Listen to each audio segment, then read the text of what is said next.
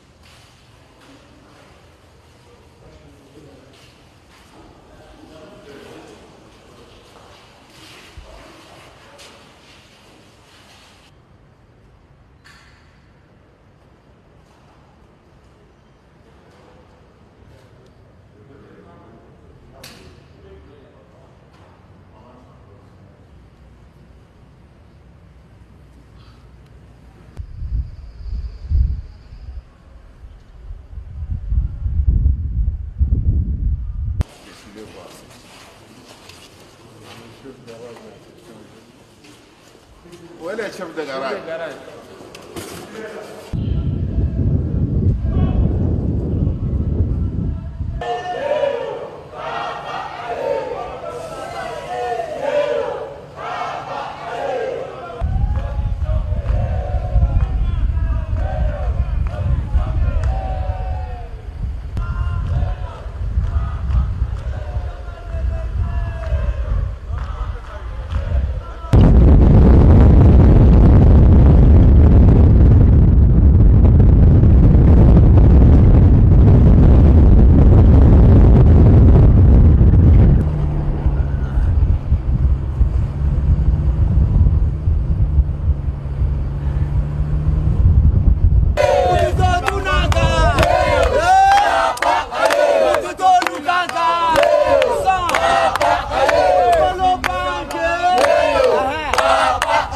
Très chers internautes, bonjour.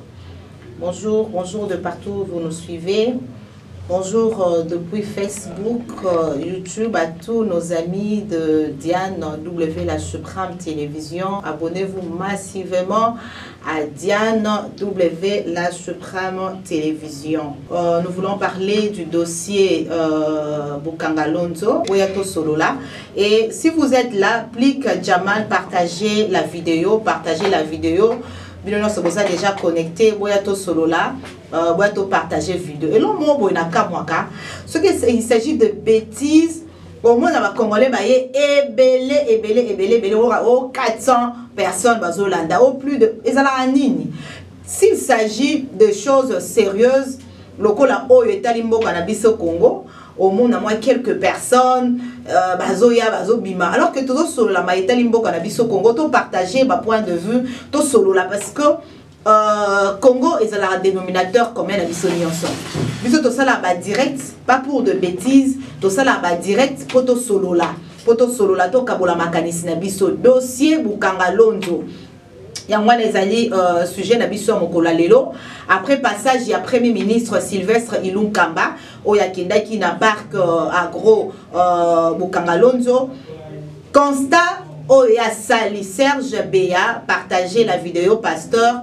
Bon partager vidéo, bon yato solo là, bon pesa biso makanisi likambo ezali ko pesa kande ezali ko révolter, ezali ko en tout cas dès balobana lingala ko matisa mafuta, je vous dis franchement on se demande ba millions o ebimaki wana pokaka eloko oyo Bukanga Lonzo o ba yembela kibiso tokolia masangu bokolia ma fufu Bukanga Lonzo ezali wapi Reine Yakubu la Caterpillar. Merci beaucoup, partagez la vidéo, la vidéo. Mtatuninga, j'ai besoin de savoir c'est comment pour le parc Bukanga Lonzo. Voilà, osez, il faut rester branché. il faudra rester branché. Landa biso to solola par rapport il y a dossier Oyo osé miboti mwana ina hein? Merci beaucoup. Partagez la vidéo. Bon, partagez la vidéo, appelez vos amis. Boya to solola na dossier Oyo ya Bukanga Lonzo. Oyo Matata Ponyo ayembela biso. Je vous signale déjà que Matata Ponyo akendaki ko assister na ba obsèque ya Eden Konjo Oyo atika kibiso akendaki ko assister na simanaye Premier ministre Sylvestre Ilunkamba akendaki na parc agro ya Bukanga Lonzo. Bisika oyo tozako la masangu, bisika tozako la fufu oyo ebimi na mabele na biso moko ba congolais. Partagez. Merci beaucoup à Jean-Luc Lukembela Dio de partager la vidéo. Merci beaucoup Jean-Luc. Nous avons commencé à partager la vidéo. Merci, appelez vos amis. Ce qu'il s'agit oh Peniel à Saliboy, oh Kingani à Saliboy, vous verrez beaucoup de followers. Parce que ce sont des bêtises, ce sont des choses oyo ezali nango ko concerner bisoté. Mais na makambo est concerné biso au mona batu po ba ya boda to solo la to kabola makanisi. J'aime à ce que ce dans ça la direct bo ezala wana bo pesanga pe ba commentaire na bino to partager makanisi na tanga ba commentaire na bino na sujet oyo tozali ko traiter. Et ça sujet moko très important bozo mona commerce que tozana besoin de justice na mboka na biso Congo, tozana besoin état de droit na mboka na biso Congo. Congo etikala longtemps comme une jungle. Lelo tozali kolinga tozonga na droit chemin o tozali kolinga lelo makambo nyonso ezonga lolenge esengeli. Venez à ce que sur la makambo ya Bukanga Lonzo. Ça mais en tout cas je suis très écœuré, je suis très déçu de voir les constats sombres au premier ministre Yomoko Asali parce que ministre ya agriculture Yé akedaki kuna dernièrement ayebaki na ko dresser tableau moko sombre ya Bukanga Lonzo. Na komi na page nanga na komeki na page nanga na tuni comment que mutu oloni masangu na bandundu ozoke ne ko récolter ngo na Maniema. C'est un miracle. Hein, oh mutu mo komeli nga un miracle du siècle vraiment. Mbongo oyo ebimi ba million. Et sali musala mon côté. Comment est-ce que likambo o ezalaki na bandundu eloko fallait battre bandu bo fallait battre bandundu ba se retrouver. Boké que battre baso bénéficier lango battre Maniema. C'est vrai Maniema ça kambo na biso Congo batoto ba Maniema nyonso accent sana na lingara bino mingi. Mais ça c'est la chose publique, ça nous concerne tous. Donc au monde batu baso sala makambo zo sepelisa mboka na biso Congo te et sengeli ete to le kato dénoncer yango. Matata Ponyo yemoko alekaki na média ayebaki na koloba na média ayebaki na ko accuser batu. En tout cas apparemment il a voulu s'innocenter alors que yaza innocent par rapport ya makambo Bukanga Lonzo oyo mais toyebi ete biso nyonso likambo Bukanga Lonzo o mutu oyo azalaki auteur nango. Merci beaucoup à Nicole Amani Trésor moto azalaki à la base to acteur principal ya Bukanga Lonzo oto yebi kezali Matata Ponyo motuna ndeko Matata par que ya responsabilité na ye ezao par la responsabilité nezo apindeko expliquer biso Matata Ponyo responsabilité les alinini et sengeli justice et sengeli ezala équitable par que ya Matata Ponyo na dossier o ezalinini Matata Ponyo mutazalaki à la base ya likambo oyo bomoni ete tant bakangaki bakangi de Vital Kamerhe na dossier ya ba maison préfabriquée parce que yende azalaki responsable na yango. Alors Matata Ponyo te biso nyonso à l'époque na ba période wana yende mutazalaki responsable ya parc ya Bukanga Lonzo oyo o balakaki biso masangu o balakaki biso mambebele bele. Mais tango ya leki na média avant premier ministre après ministre agriculture ye abina ko accuser batu ebele. En tout cas nous voulons voir clair sur ce dossier. Nous voulons voir clair sur ces dossiers. Parce que ceux qui tozali kotika makambo mosusu justice ezalaka pona ngambo mosusu pona bato mosusu te biso na stoganga ki awa Bukanga Lonzo to mona clair. Premier ministre Yemoko a quitté sur terrain. Adressé tableau moko sombre pour la likambo à Bukanga Lonzo. Bukangalonzo oba tracteur neuf. 9 tracteurs jamais utilisés. Bobombela kango, bobombela ngo nini. Ba tracteur o esengeli sala musala nango. Et que vanda nango na ba monteur nango kutu ba longoli, ba ke kotiango na ba engin ya ba privé moko songolo. Mesdames et messieurs, makambo ezali ko lekana mboka na biso Congo. Est-ce que ezali normal to ezali anormal? 9 tracteurs non utilisés. Musala nango ezala ki nini? Tongo bobimisi ba mbongo ba millions et kei kuna et que vanda nango et que nango kotika la kuna. Ma consoeur Diane Justice asala kaka musala na ye alanda caprice ya batuana te. Justice esengeli ezala équitable. To ça la besoin tout le monde clair na ba dossier oyo nyonso biso to yebi. Je crois que justice est capable de saisir dossier oyo. Tout le monde a procès oyo pe nenge procès musu ezalaki procès à 100 jours nenge ezalaki. Tout le monde a yango to yeba banani oyo bazalaki baza à la base il y a destruction il y a projet à malamu oyo. Parce que c'est vraiment un bon projet oyo kokaki kosunga société et kosunga ba congolais sur le plan alimentaire.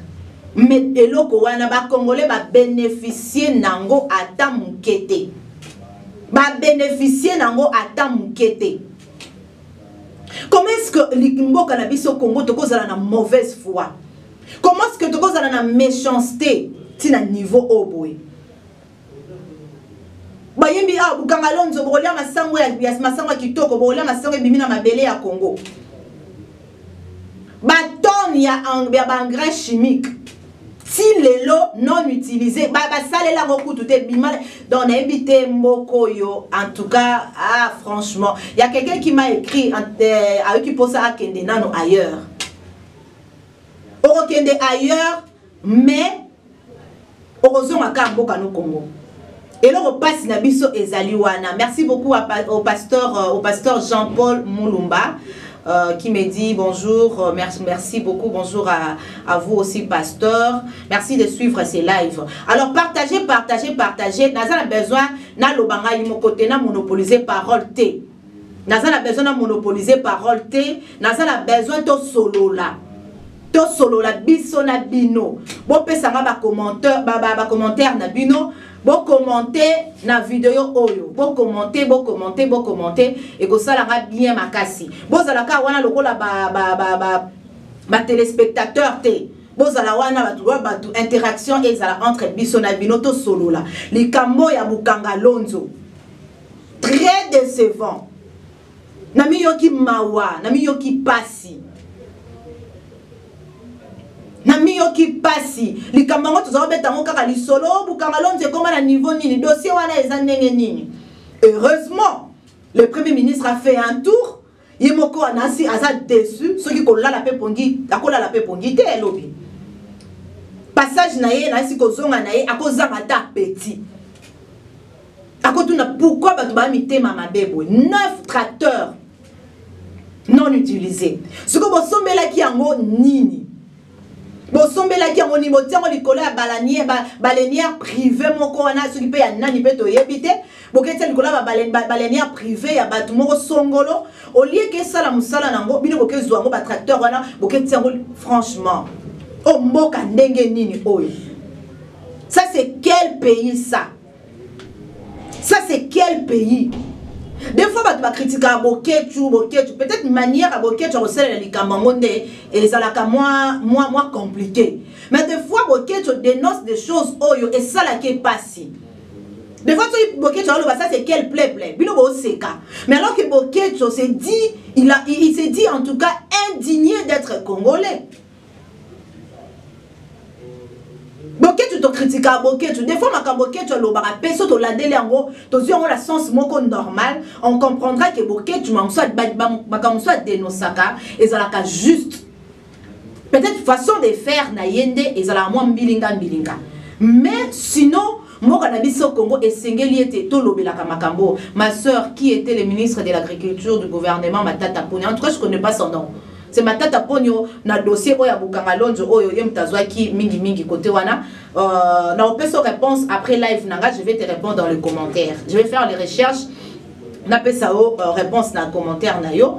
Alors, esengeli pe azape parmi bato esengeli balandela. Yepe il faut balandela ye.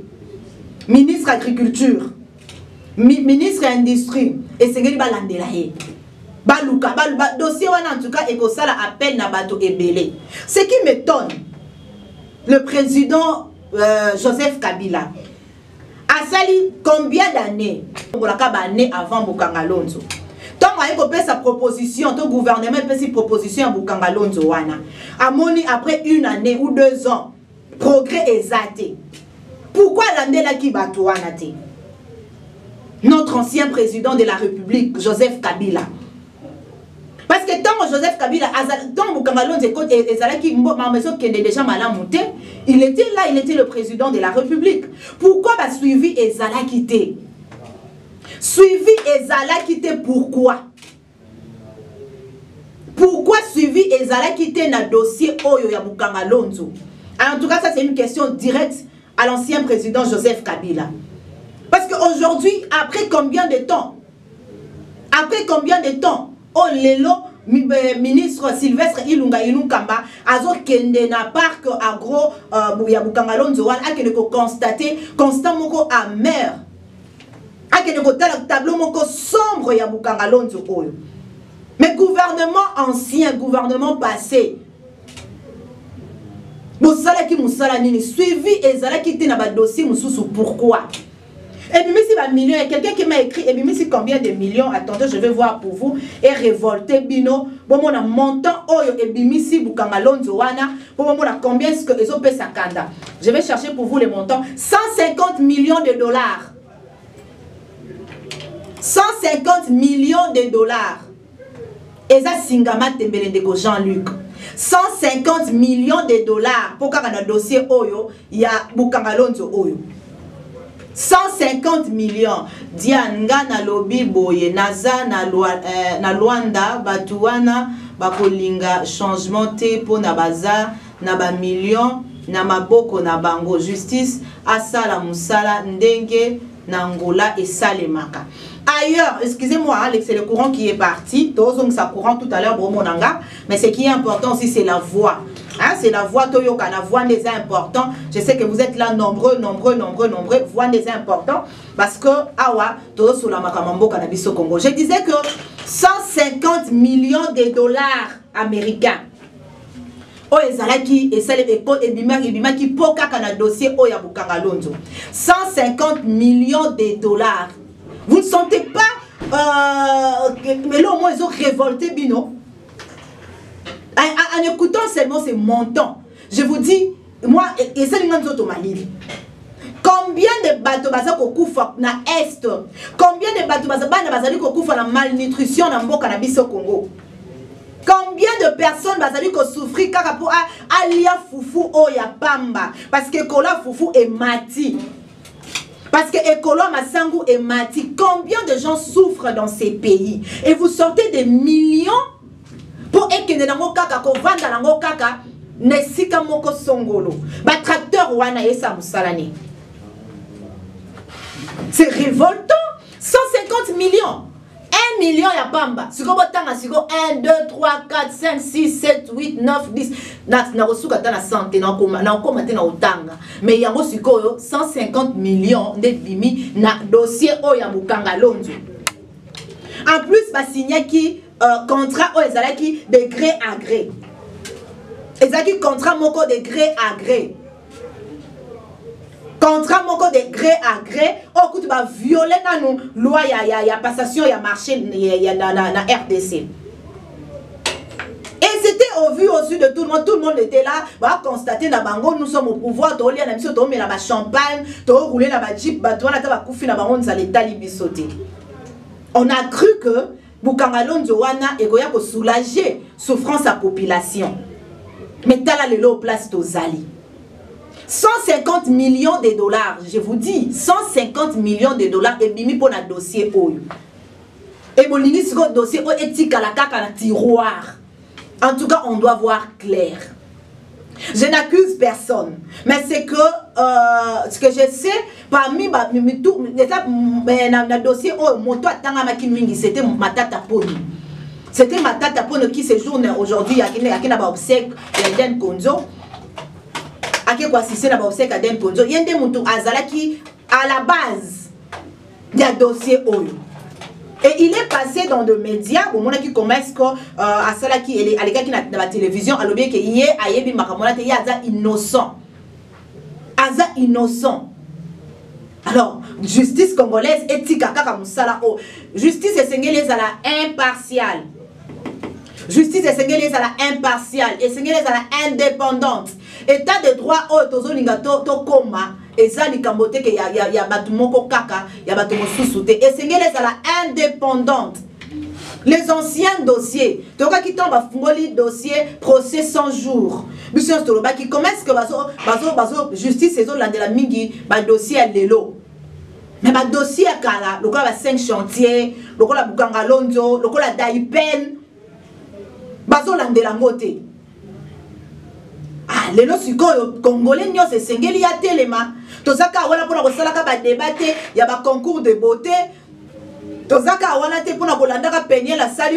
sommes là pour parler de la vie congolaise. L'intérêt de la population congolaise. Ça nous concerne nous. Ça nous concerne tous, nous Congolais. Des millions de dollars, 150 dollars. Mais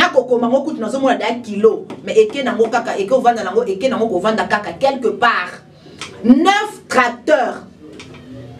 Et que qui n'a pas isolé na bango yango quelque part et ça non musalaté. Quelqu'un qui m'écrit c'est votre travail d'en parler pour réveiller la justice. Alors la justice doit saisir, doit s'en saisir. La justice doit s'en saisir. Et ça te ba dossier moussous etika la kaka bongo inachevé tika la kaka bongo na tiroir. Et sengeli ete ba dossier nyonso oyakala oto yebi. Ba dossier nyonso oyakala oto yebi sengeli ete tomo na clair. On doit voir clair. Natangi na article mo ba dit des tonnes d'engrais chimiques abandonnés. Des tonnes d'engrais chimiques abandonnés.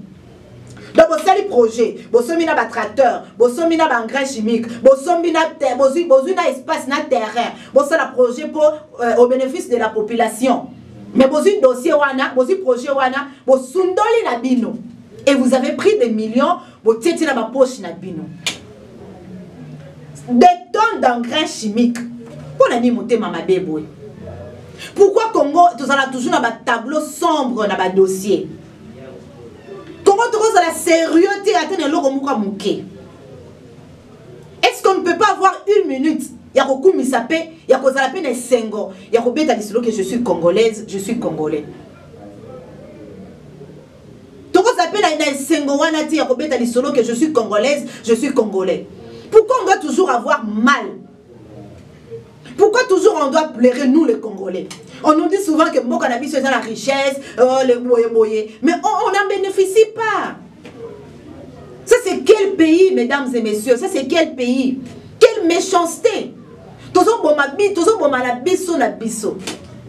Ceux qui sont rwandais, oh yécoute ça rwandais. Mais oh ils sont congolais bangomoko. Baso bomambo cannabis au Congo. Est-ce qu'on doit avoir un dirigeant qui n'est pas congolais dans ces pays pour Mboka évoluer?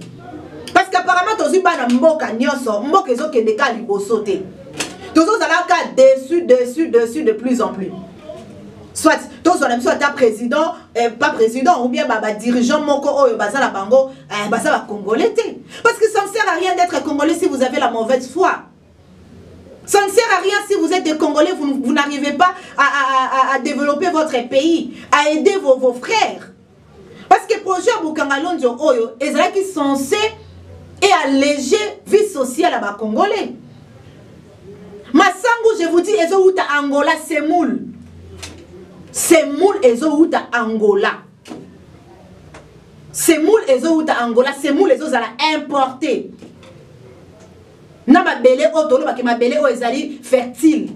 Ma belé ça fertile to kokata kolona semoulte nous les Congolais. Maïs ezo zala importer ezo utangola. Loso ezo zala importer ezo utangola. Na mafuta mbila, hein? na mafuta mbila ezozala importé. Mais qu'est-ce qu'on doit produire dans ces pays? Qu'est-ce que nous on doit produire dans ces pays au juste? Ba société nyonso bakanga na ciment. Tozaki na cimenterie ya lukaya awa. Suki lukala. Cimenterie wana usine wana ekufa esala asute. Tozaki na compagnie o bazaka sala babata. Compagnie wana ekufa esala asute. Donc moi quand on au Congo, on ne peut pas avoir quelque chose au biso moko to produire. Rwanda azo lona loso. Rwanda importera loso te. Mais biso tozo importer loso. Tozo importer yango. Vous voyez comment est-ce que tozo la mauvaise foi na mboka na biso Congo. Comment est-ce que to linganité na mboka na biso Congo. Voir même Thompson, ouais Thompson, ezo uta libanda. Alors que tozo la fleuve Congo munene. Utex Africa ekufa. Donc nous n'avons pas un projet, nous n'avons pas une société autorobeta autour de Congo, la société zali. Nyonso tosala kalamboka na biso Congo mawakaka. Nyonso tosala kalamboka na biso Congo mawakaka. Salut à toi Mukoko Batezadio, mon joueur préféré. Depuis Maroc, salut mon frère. Donc nyonso tosala na mboka na biso Congo ezala kaka importé. Na papier mouchoir. Kata. Mboka mobimba babeta so biso na ba fibre optique ezako de sujet na biso kutu yango te, mais to bénéficier de la fibre optique en côté. Dossier fibre optique peut faut balander la moto. So ina direct na biso ya Bukangalonzo. Connexion des salles qui biso moins compliqué. Boya bozonga boya to solo là. Boyebika connexion na mboka na biso Congo ndenge zalaka et ça la biso moins compliqué. Alors je disais que na mboka na biso Congo to kokaka to so koka ata et l'autre côté. Na cure dans Oyo. Tozo importer yango. Mais qu'est-ce que nous on doit fabriquer dans ces pays? Qu'est-ce que nous on doit produire dans ces pays? Qu'est-ce qu'on doit produire dans ces pays? À l'époque, dans Mobutu Azalaki, on nous parlait de société. Brazzaville, ils ont dépendre na biso. Angola, ils ont dépendre na biso. Rwanda, ils ont dépendre na biso. Mais aujourd'hui, on va en direct. Mukoko, on peut s'allier kanisina. On peut s'allier kanisina. On s'allie ngassi. Na condition en direct. On peut s'appeler ma kanisina yo. Parce que c'est permis, hein. Il y a beaucoup de samutu. So lingi o côté peine écran, c'est permis. Na on peut sa ma kanisina yo. Kinshasa, Nzamba sunga biso kaka. Mukoko batezadio nazo ebisa yo. Eloko moko ya malonga o na mboka na biso Congo to kobeta tolo ezate. Brazzaville kutu mboka monga muke bakomi ko sala makamkuto e komo ko lekala biso. Ils sont passés. Dossier Bukangalonzo oyo matata qui dit que le financement s'est arrêté. Bon comprendre que Nazaki est en direct sur Facebook, mesdames et messieurs, bah mine sur YouTube, bah followers, bah abonnés sur YouTube. N'a bien été pour s'intéresser na direct oyo. Donc je disais que là comment côté na Congo au biso to produire na mituni motuna. Na mituni motuna la RDC biso to produire et l'autre côté. Ma tête à point qui nous dit que le financement s'est arrêté à la fin de 2016. C'était au moment où déjà équipe naïe et l'équipe gouvernementale n'est pas qui copima. Et avant 2016, financement Oyo et Kotaki. Financement Oyo et Kotaki wana bosali nango nini. C'est vraiment triste. C'est vraiment décevant et déplorable. Je vous dis, dans la tangi makambo ya Bukangalonzo Oyo. Non, je ne peux pas laisser cette affaire. Et je ne peux pas me taire. Je dois dénoncer. Partout dénonçons cette affaire. Nous voulons voir clair. Justice est ça la dossier. Parce que ceux qui va dossier inachevé, va dossier monsieur côté un tiroir. Moi quand biso état de droit ekoti kalaka ya ndoto. Ekoti kalaka ndoto. Et c'est ngeli to lobela les kamboyo. Je crois que bon ça là va commenter, bien on peut c'est sur ma commentaire on a bien depuis YouTube. Bon plutôt partager ma canisse pour continuer l'histoire Bukangalonzo avec un invité. mais je veux qu'il soit du FCC.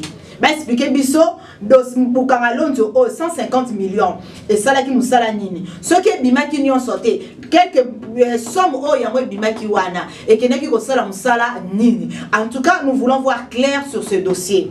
Nous voulons voir clair sur ce dossier. Tous un criminel ma tête à connoter. S'il a des explications à donner, si lui il est innocent, il va s'expliquer et il y aura des gens au Bakozala invités entre autres ministre agriculture, ministre industrie et Sengeli Baya va expliquer ce dossier oyo. Parce que c'est très important. Très important pour notre pays. Un dossier important le la wana et kotikala rosa la silencieuté et kotikala peine à tiroir et kotikala karabongote sans que toyeba poni na mo ezandengeni. En tout cas, nous voulons voir clair sur ce dossier. Nous voulons vraiment voir clair sur ce dossier. Et ça passe et c'est révoltant. J'aimerais à ce que beaucoup de commentaires, je vais vous lire. Nathan va commenter en abino, qu'est-ce que vous en pensez? Qu'est-ce que vous en pensez? Comment est-ce que vous voyez les choses? Et qu'est-ce que vous voulez par rapport à ces sujets? Qu'est-ce que vous voulez à ces dossiers de Bukanga Lonzo, Toyeba, justice? Et qu'est-ce que vous voulez? Est-ce que le dossier dans le noir, comment on a clair le dossier? Mesdames et messieurs, merci beaucoup. Comprenez que la scène avec beaucoup d'émotions, beaucoup de peine, beaucoup, en tout cas, je ne sais pas, sentiment moko triste. Je vous retrouve très prochainement. Merci à Yves Bolofa qui était derrière la caméra. Merci à Alain Kiakala, bébé mignon. Merci à Benny Walembo. Merci à Évangéliste qui le nom m'échappe. Merci beaucoup. Et merci aussi à la princesse. Hein? Très bientôt, Évangéliste. Merci beaucoup. Et consécration nayo. Merci à tout le monde, à tous mes abonnés. Merci à Maman Colette Nzinga. Merci en tout cas à Vital depuis l'Angola. Merci à tous les abonnés. Je vous aime beaucoup. Je vous aime beaucoup. À très bientôt. Bana Congo, pe mokili mobimba. Tolanda biso nyonso Diane W la Supreme TV. Pour tous les informations qui toko. Toko Samate. Bana Congo, Africa, Europa, mokili mobimba. Tolanda chaîne qui toko. Diane W la Supreme TV. Moeba masolo ya mboka, masolo ya ndembo. Politique, économique, il faut qu'on l'anda katango nyonso. Diane W la Supreme.